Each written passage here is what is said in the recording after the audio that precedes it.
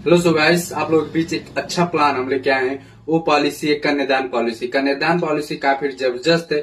आपको जो कि देना है मंथली 5337 रुपए और छमाही 31,685 रुपए और सालाना 62,689 रुपए। आपको मात्र इन्वेस्टमेंट करना है 15 साल तक। 15 साल जमा करने के बाद वो फिर बच्ची को पढ़ने के लिए हर साल 1.5 लाख रुपए रिफंड करेगा।